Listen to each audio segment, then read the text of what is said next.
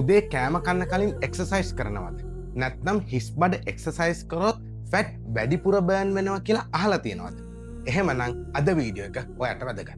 මම doctor ADI consultant doctor කෙනෙක් සහ සර්ටිෆයිඩ් ෆිට්නස් කෝච් කෙනෙක් විදිහට ඔයාට ෂෙයා කරන්නේ safe සහ science based health and fitness advice.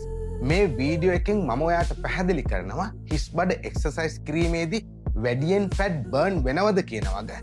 මේකෙන් වාසි අවාසි ඒ වගේම කාටද මේක සුදුසු නුසුදුසු කියලා.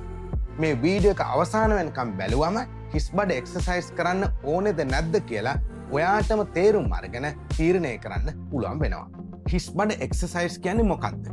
හිස් බඩ එක්සසයිස් කියන්නේ සාමාන්‍යයෙන් රාත්‍රී කෑමෙන් පස්සේ පැය 8ක් 12ක් විතර කෑම නොකා උදේ බ්‍රෙක්ෆාස්ට් එකට කලින් එක්සසයිස් කරන එක.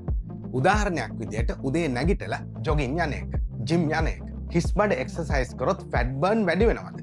ඔව්. හිස් බඩ එක්සසයිස් කරන වෙලාවේ බොඩි එක එනර්ජි ලබා ගන්න ෆැට් ටිකක් වැඩිපුර භාවිත කරන්න පුළුවන්. ඒකට හේතුව උදේ ෆාස්ටිං ස්ටේට් එකේ ඉන්සුලින් මට්ටම සාමාන්‍යයෙන් ටිකක් අඩුයි. ඒ නිසා බොඩි එක කාබ්ස් වලට වඩා ෆැට් එනර්ජි සෝස් එකක් විදිහට ටිකක් වැඩිපුර භාවිත කරන්න පුළුවන්. ඒ කියන්නේ එක්සසයිස් කරන වෙලාවේ ෆැට් බර්නින් පර්සන්ටේජ් එක, ඒ කියන්නේ ප්‍රතිශතය ටිකක් වැඩි වෙන්න පුළුවන්. එහෙනම් ෆැට් ලොස් වැඩි වෙනවද? මෙතන තමයි ගොඩක් අය වැරදියට තේරුම් ගන්න. එක්සසයිස් කරන වෙලාවේ ෆැට් බර්න් වීම සහ දිගු කාලිනව ෆැට් ලොස් වීම කියන්නේ එකම දෙයක් නෙවෙයි.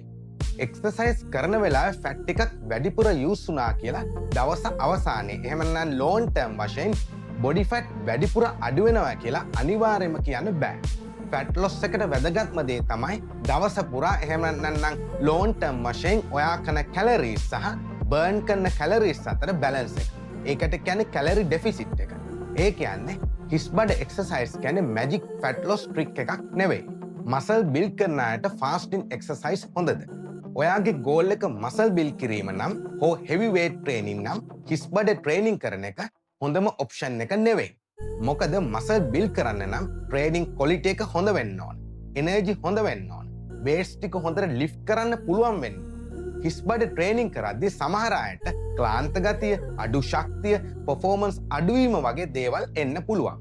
ඒ නිසා හෙවි වේට් ට්‍රේනින් කරන අයට වර්ක්අවුට් එකට කලින් ස්මෝල් ස්නැක් එකක් ගන්න එක ප්‍රායෝගිකව හොඳ වෙන්න පුළුවන්. හිස් බඩ එක්සසයිස් කිරීමේ වාසි. හැබැයි මේකේ වාසිත් තියෙනවා. සමහර අයට උදේ හිස් බඩ වෝකින් කරන එක ලේසි. රූටින් එක හදාගන්න ලේසි. බඩ පිරුණු ගතියක් දැනෙන්නේ නැහැ. ෆැට් ලොස් ජර්නි එකේ කන්සිස්ටන්ස් එක වැඩි වෙන්න පුළුවන්. විශේෂයෙන්ම වෝකින්, ලයිට් සයික්ලින්, ඊසි කාඩියෝ වගේ මොඩරේට් එක්සසයිස් වලට හිස් බඩ එක්සසයිස් කිරීම බොහෝ දෙනෙකුට ප්‍රැක්ටිකල් ඔප්ෂන් එකක් වෙන්න පුළුවන්. අවාසි සහ අවදානම්. හැබැයි හැමෝන්ටම මේක සුදුසු නැහැ. හිස් බඩ එක්සසයිස් කරනකොට සමහර අයට ක්ලාන්ත ගතිය එන්න පුළුවන්. ඇඟට පණ නැති වගේ දැනෙන්න පුළුවන්. හිස රදෙන්න පුළුවන්. ඔක්කාරය වගේ දැනෙන්න පුළුවන්. සාමාන්‍යයෙන් උස්සන බර උස්ස ගන්න බැරි වෙන්න පුළුවන්. එක්සසයිස් ක්වොලිටි එක අඩු වෙන්න පුළුවන්.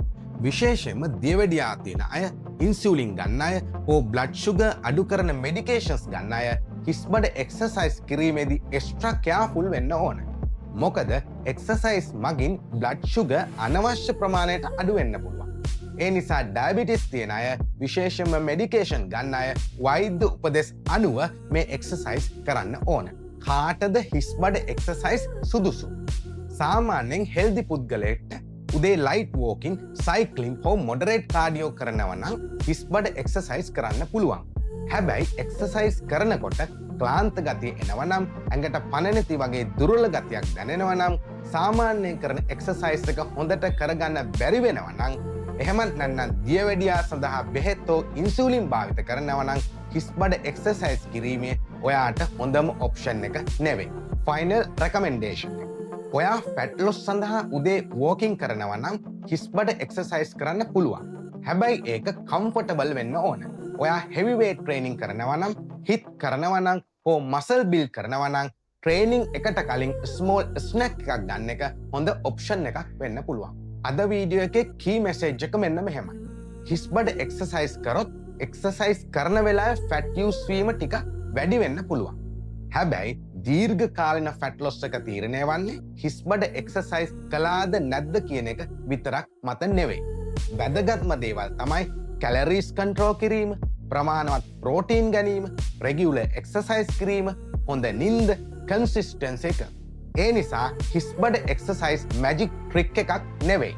ඔයාට සේෆ්, කම්ෆර්ටබල්, කන්සිස්ටන්ට් විදියට කරන්න පුළුවන් නම් ඒක හොඳ ඔප්ෂන් එකක්. හැබැයි කෑම කාල එක්සර්සයිස් කරත් ප්‍රශ්නයක් නැහැ. වැදගත්ම දේ එක්සර්සයිස් කරන එක. මේ වීඩියෝ එක අන්තිම වෙනකම් බලපු ඔයාට ගොඩක් ස්තුතියි. දැන් ඔයාට ෆාස්ටඩ් එක්සර්සයිස් වල වාසි අවාසි මොනවද? ෆැට් ලොස් එකත් එක්ක තියෙන සම්බන්ධය, ඔයාට සුදුසු ප්‍රැක්ටිකල් අප්‍රෝච් එක කියන එක ගැන ක්ලියර් අන්ඩර්ස්ටෑන්ඩින් එකක් තියෙනවා. මේ channel එකෙන් always share කරන්නේ science based health and fitness information.